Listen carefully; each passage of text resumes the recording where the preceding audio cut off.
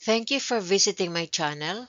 Before we start, please hit the subscribe, like, and share buttons to receive notification of future presentations.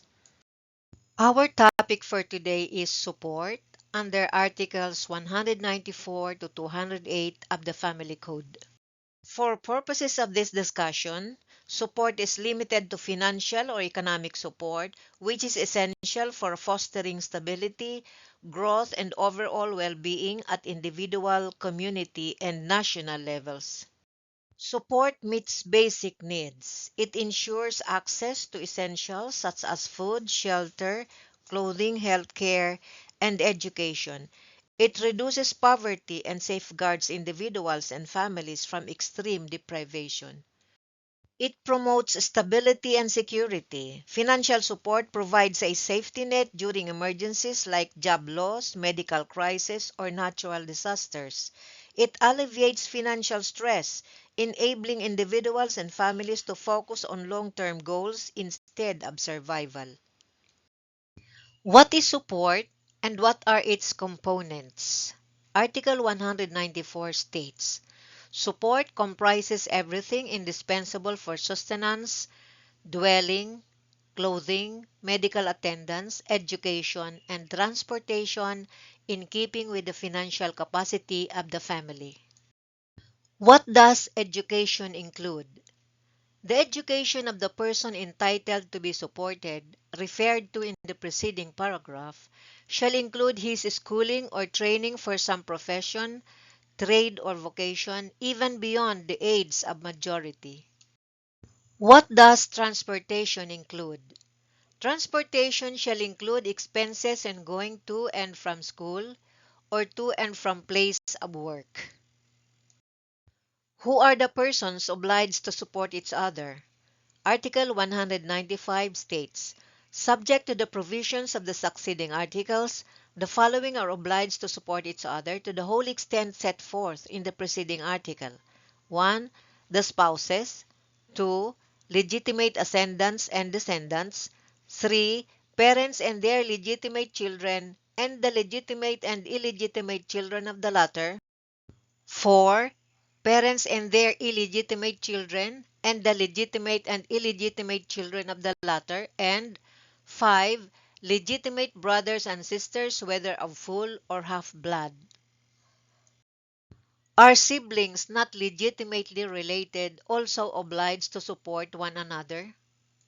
Article 196 says, brothers and sisters not legitimately related, whether of the full or half blood, are likewise bound to support each other to the full extent set forth in Article 194, except only when the need for support of the brother or sister being of age is due to a cause imputable to the claimant's fault or negligence.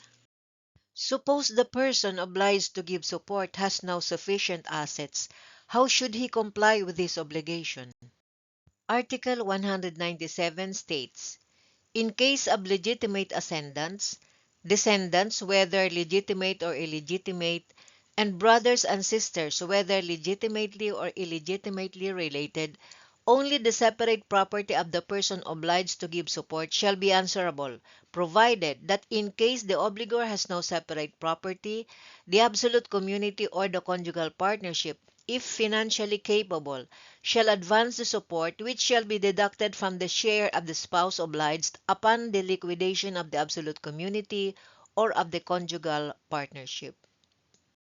If the spouses file for legal separation or annulment or declaration of nullity, how should the parties and their children be supported during the pendency of the case? Article 198 states, during the proceedings for legal separation or for annulment of marriage and for declaration of nullity of marriage, the spouses and their children shall be supported from the properties of the absolute community or the conjugal partnership. After the final judgment granting the petition, the obligation of mutual support between the spouses ceases. However, in case of legal separation, the court may order that the guilty spouse shall give support to the innocent one, specifying the terms of such order. Suppose a person is entitled to support from two or more persons. Could he seek support from both or all of them simultaneously? Or is there an order of preference from whom he should first claim support? Article 199 states, whenever two or more persons are obliged to give support, the liability shall devolve upon the following persons in the order herein provided: 1. The spouse; 2. The descendants in the nearest degree; 3. The ascendants in the nearest degree; and 4. Brothers and sisters. When two or more persons are obliged to render support at the same time, how should they share the obligation? Article 200 states, when the obligation to give support falls upon two or more persons, the payment of the same shall be divided between them in proportion to the resources of each.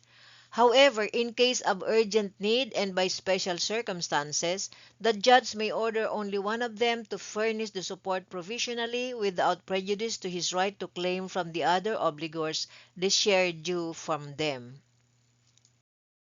By way of exception to Article 199, if the spouse and a child subject to parental authority are in need of support at the same time, the child shall be preferred. Article 200 continues. When two or more recipients at the same time claim support from one and the same person legally obliged to give it, should the latter not have sufficient means to satisfy all claims, the order established in the preceding article shall be followed, unless the concurrent obligees should be the spouse and a child subject to parental authority, in which case the child shall be preferred. The amount of support depends upon the capability of the giver and the need of the recipient. Article 201 states, the amount of support in the cases referred to in Articles 195 and 196 shall be in proportion to the resources or means of the giver and to the necessities of the recipient. Support is not fixed. It may be reduced or increased depending on the capability of the giver and the necessities of the recipient. Article 202 states, support in the cases referred to in the preceding article shall be reduced or increased proportionately according to the reduction or increase of the necessities of the recipient and the resources or means of the person obliged to furnish the same. When is support due? Article 203 states, the obligation to give support shall be demandable from the time the person who has a right to receive the same needs it for maintenance, but it shall not be paid except from the date of judicial or extrajudicial demand. Support pendente lite may be claimed in accordance with the rules of court. Payment shall be made within the first 5 days of each corresponding month, or when the recipient dies, his heir shall not be obliged to return what he has received in advance. What are the options of the person obliged to furnish support? Article 204 states, the person obliged to give support shall have the option to fulfill the obligation either by paying the allowance fixed or by receiving and maintaining in the family dwelling the person who has the right to receive support. The latter alternative cannot be availed of in case there is a moral or legal obstacle thereto. Legal support is exempt from execution. Article 205 states, the right to receive support under this title, as well as any money or property obtained as such support, shall not be levied upon on attachment or execution. Relate this to Rule 39 of the Rules of Court, which says that legal support is exempt from execution. If a stranger furnishes support to a needy individual without the knowledge of the person obliged to give support, what are the rights of the former?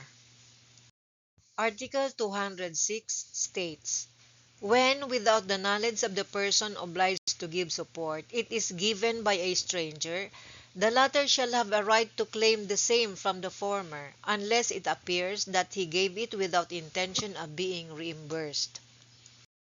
Suppose a third person voluntarily furnishes support to a needy individual. Is he entitled to reimbursement? From whom?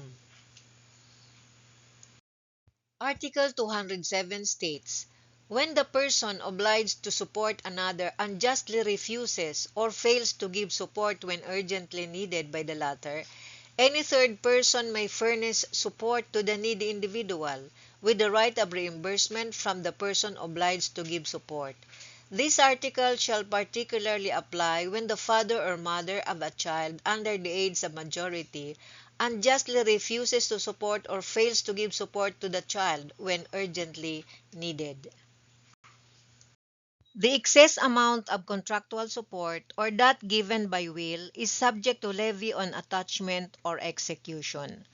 Article 208 states, in case of contractual support or that given by will, the excess in amount beyond that required for legal support shall be subject to levy on attachment or execution. Furthermore, contractual support shall be subject to adjustment whenever modification is necessary due to changes of circumstances manifestly beyond the contemplation of the parties. Thank you. If you find this presentation helpful, please subscribe to receive notification of future lectures.